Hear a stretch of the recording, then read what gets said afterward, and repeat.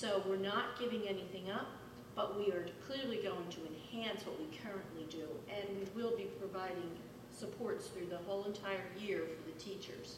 And fortunately, we have teachers at West Rock Hill who have already gone through that program. So we will be having teachers helping teachers as well, Dr. Urnell.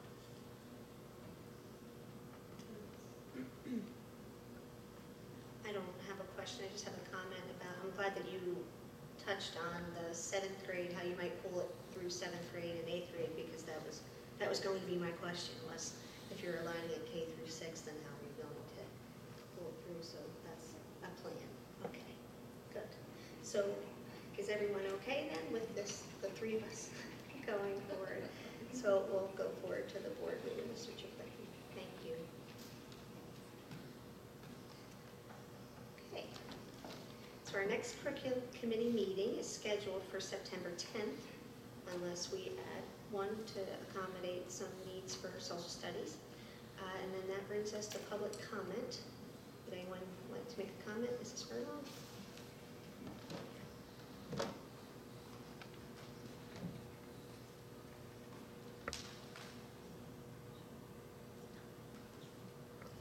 Sue Furlong, West Rock Hill Township. I never was a huge fan of the 2nd grade swimming thing just because of the lost classroom time. I did the math while we sat there. You have 1,972 hours of lost classroom time when you take into account how many students you have. That was 7 weeks times 35 minutes, times about 483 students. That's like 3 classrooms in each elementary building times 23 kids. So anyway, it comes out to almost 2,000 hours of classroom time across the district that you're losing.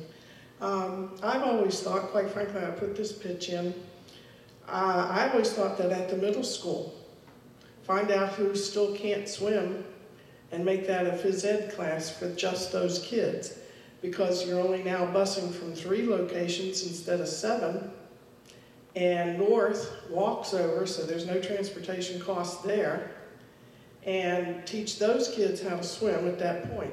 I don't believe in not teaching them how to swim. I just think a more efficient way would be, many of them, like you said, 30% swim by the 2nd grade, so how many by the 7th grade? And then allow the ones that still haven't quite mastered it to revisit it in the middle school as a phys ed course. I think we should offer that. But anyway, I'll go back to my main complaint, or my main issue, I should say. Talking about a public dinner for acknowledgement for our excellent students, that's nice, but that doesn't help you in the admissions office. When he gave his presentation last time, class rank was still on the list of things that colleges look at. It was down to number 7, but that puts it in the top 10. I also don't understand, the statement is made that should a college request a rank, we will provide it. Well, that tells me we must be doing the math anyway.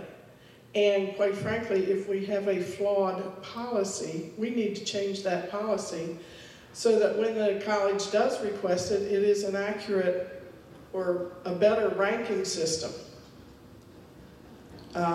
So regardless of whether we decide to put that on our transcript or not, if we're still offering that information to admissions offices, then I think we need to redo our policy, and I think that it needs to be correct. I personally think that the students should be made aware of how they did, and I think most of them are going to want to know. I didn't like the attitude of, well, you know, it hurts learning, because they might choose this course instead of that course based on credits. You know, these people are just, in many ways, a year or 2 from adulthood, and we're still trying to intervene and make those kinds of decisions for them. That's between them and their parents. And if their parents aren't involved, you know, that's a hurt, but, you know, we do have counselors here. They can go to a counselor. And the other thing is, we talked about last time the savvy kids who have parents that will help them, or the savvy kid that's him or herself can figure this out.